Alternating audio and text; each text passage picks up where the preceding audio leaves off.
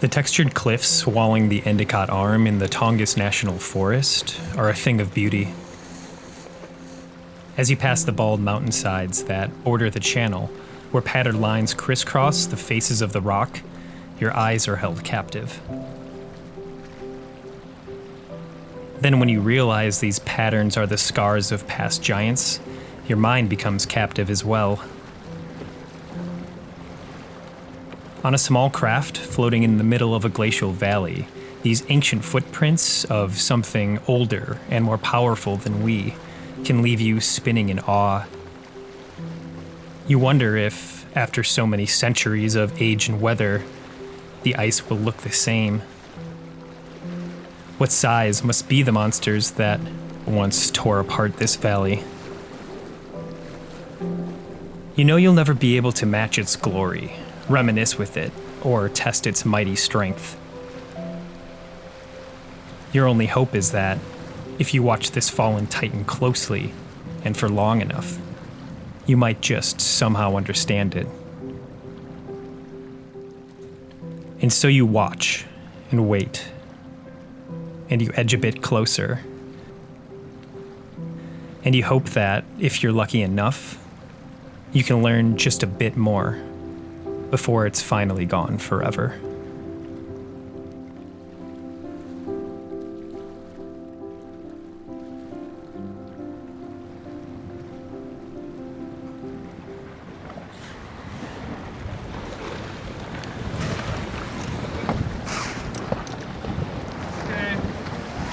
Navigating the channel to a Tidewater glacier can be complicated. Although the fjords of southeast Alaska deliver us jutting cliffs and deep water channels, the ancient gravel moraines and boulders scattering the depths of these waterways still remind us that glacial ice once filled the entire length of this cut, and the gravel deposits were simply left behind as the glacier's terminus retreated into the fjords after the last ice age.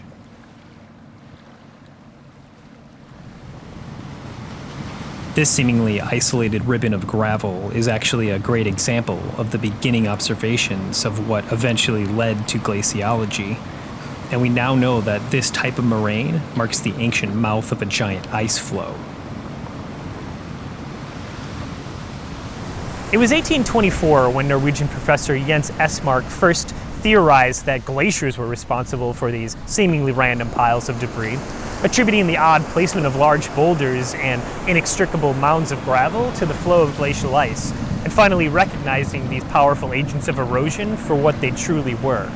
And this was a powerful, pivotal first step towards the realization that subtle changes in the Earth's climate could drastically affect the extent of the glacier, as he noted that the mouths of existing glaciers were sometimes miles away from the debris they had left behind, meaning that at some point, they must have been much larger.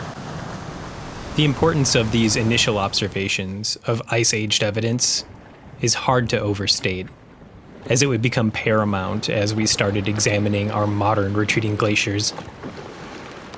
And the science that evolved from these initial realizations gave way to our discovery of the accelerated glacial retreat we now face as a consequence of our Industrial Revolution. And as I travel to the Dawes Tidewater Glacier to get a closer look at this accelerated retreat, I sometimes wonder what took us so long to realize it.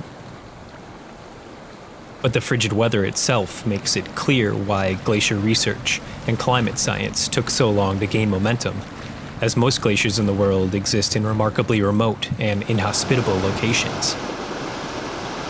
And quite notably, many of the glaciers in this region of Alaska have since retreated into the colder upper altitudes as the region slowly warmed.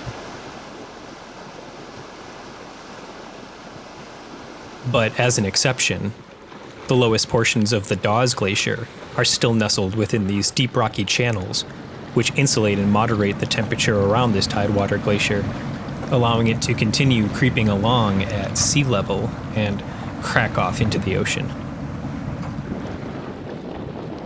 However, even this protective cove might not be enough to stave off a warming ocean, even with our climate scientists scrambling to raise the alarm about the accelerating melt.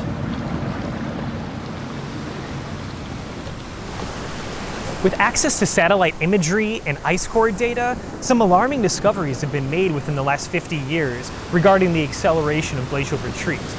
In Alaska alone, the USGS notes that along the entire Alexander Archipelago, the Aleutian Islands, and Kodiak Island, every single insular glacier examined has shown signs of retreat and thinning. Some glaciers have even completely disappeared since being mapped only in the middle of the 20th century. And the truth behind the matter is that a warming planet, accelerated by human pollution, is accelerating the retreat of these glaciers. Sure, this statement may seem bold, but it's anything but conjecture, as the ice itself encapsulates air over the eons, essentially freezing atmosphere samples and storing them across time. And from this ancient air, scientists can measure the levels of CO2 in the atmosphere. And since fossil fuels lack a certain carbon isotope, C14, by simply looking at how much of the CO2 in these samples is lacking carbon-14, we can see how much carbon dioxide came from the combustion of fossil fuels.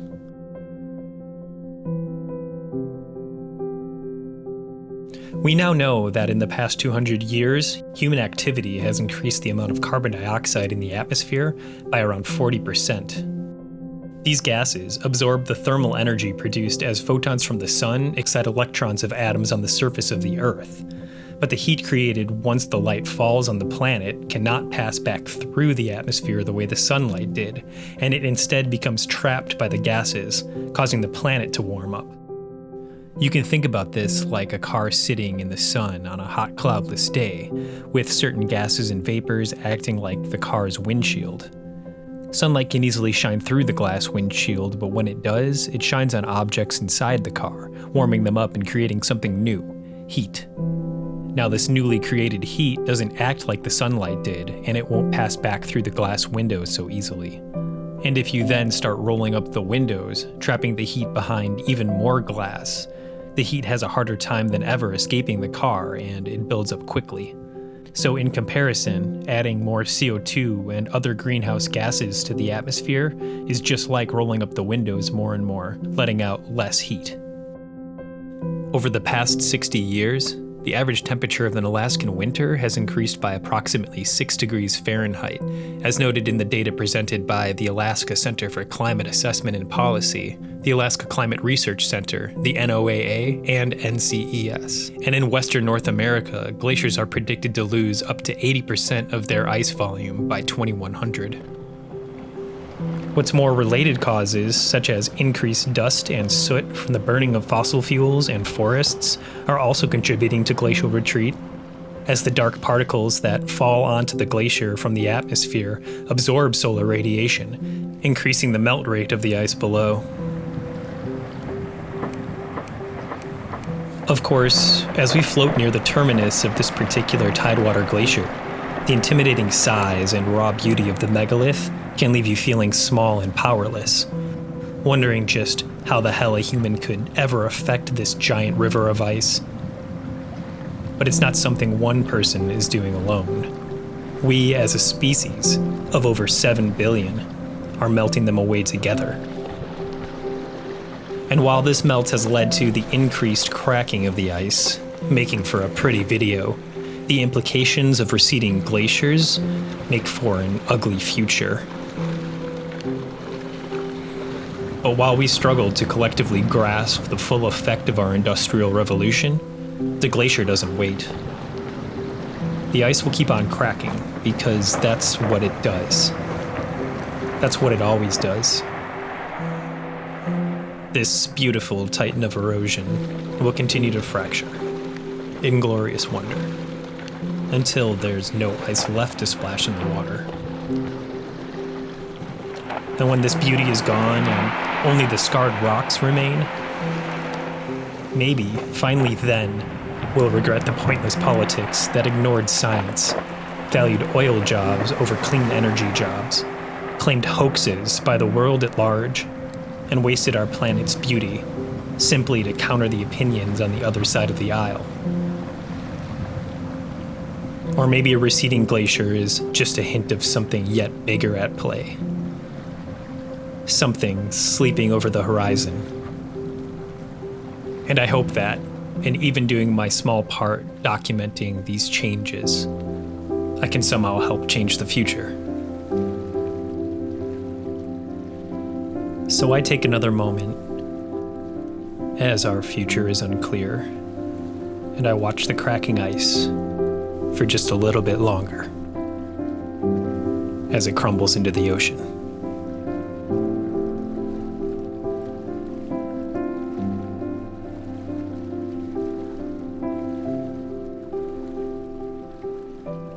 Keep adventuring.